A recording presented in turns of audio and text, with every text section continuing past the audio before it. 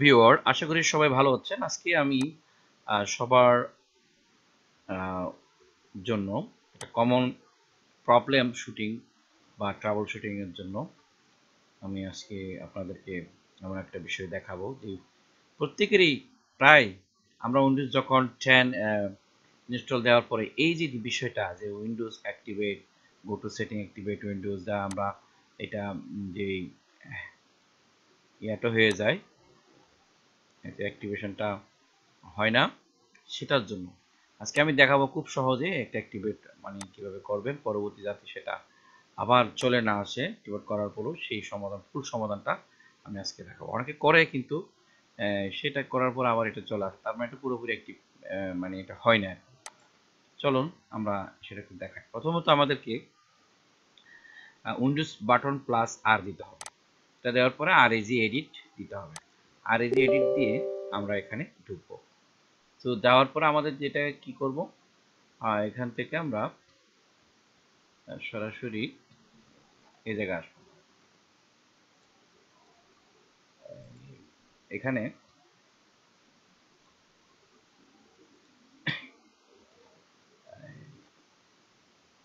S কি local মেশিনে আমরা ক্লিক করব। সো এটা ক্লিক করে আমরা চলে যাব হচ্ছে সিস্টেম। সিস্টেম থেকে আমরা কারেন্ট কন্ট্রোল সেটে যাব। সো কারেন্ট কন্ট্রোল সেট থেকে আমরা এদিকে আসবো।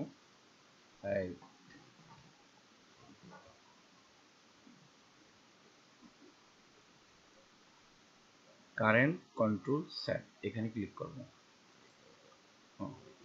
এখানে ক্লিক করে আমরা এখানে পাবো যে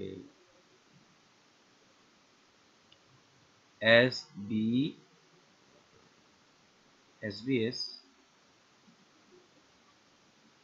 একটু আমাদের দুটো ধরতে হবে। এই যে এসভিসি এটা পাবো। তো এটাতে আমরা ক্লিক করব। এটাতে ক্লিক করার পর আমরা স্টার্টে যাব। স্টার্টে কি এখানে 3 আছে, আমরা 4 দিয়ে দিলাম বা 5 দিয়ে দিলাম, দিয়ে আমরা ওকে দিলাম। তো ওকে দেওয়ার পরে আমরা রিস্টার্ট দিব। রিস্টার্ট দিলেই আমার যে কম্পিউটার কি হয়ে যাবে, মানে এই এটা আসবে না। তা আমাদের এটা দেখতে গেলে আমাদের এটা রিস্টার্ট দিতে হবে। সেজন্য আমরা রিস্টার্ট দিব, দিয়ে এটা দেখব। তো তার আগে আমি যেটা বলতে চাই, এটা দেওয়ার পর রেস্টার্ট তো হবে, কিন্তু আমাকে আরেকটা যেটা বিষয়ে কাজ করতে হবে, সেটা হচ্ছে কি এটা বারবার যাতে না আসে সেটা বন্ধ করতে হবে। তো সেটা বন্ধের জন্য আমাদেরকে এখানে যেটা লিখতে হবে জিপিইডিআইটি জিপিআইডি ডট এমএসসি, এটা লিখে এন্টার দিতে হবে। তো এন্টার দিয়ে এই আমাদেরকে এখানে অ্যাডমিনিস্ট্রেটিভে চলে যেতে, অ্যাডমিনিস্ট্রেটিভ টেম্পল যেটা আছে, তো এখানে আমাদেরকে যেতে হবে।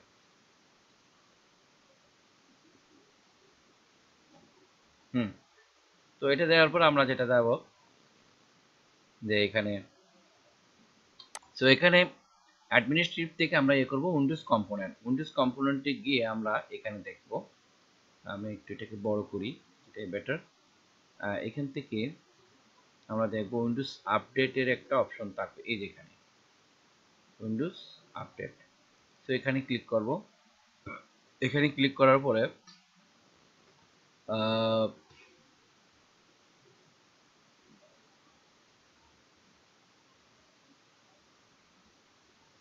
এখানে no auto restart with log out on user for schedule automatic, এইটাতে আমরা ক্লিক করব।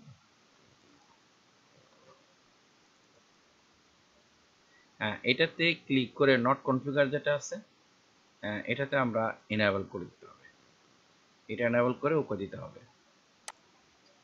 তো আমরা যেটা করব সেটা হচ্ছে অ্যাপ্লাই দিয়ে ওকে করব, অ্যাপ্লাই দেন ওকে। এরপর আমরা এটা ক্লোজ করব। ক্লোজ করার পরে আবার উইন্ডোজ বাটন প্লাস আর দিব, দিয়ে এখানে আমরা যেটা দিব হচ্ছে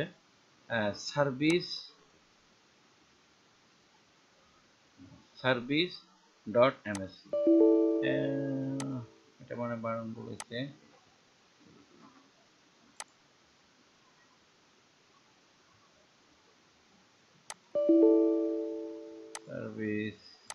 তো আমরা এটা সার্ভিসেস এটা .msc এটা লিখে আমরা এন্টার দেব। এখন আমাদের যে উইন্ডোটা আসবে এখান থেকে আমরা কাজ করব আর কি।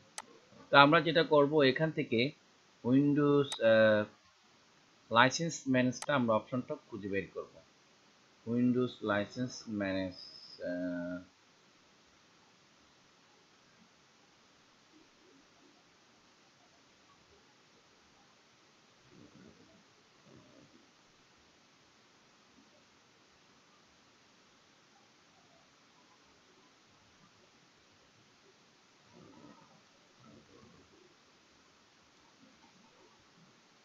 এই যে উইন্ডোজ লাইসেন্স ম্যানেজ এটা আমরা দেখব। এটা ম্যানুয়াল যেটা আছে সেটা আমরা ডিজেবল করব।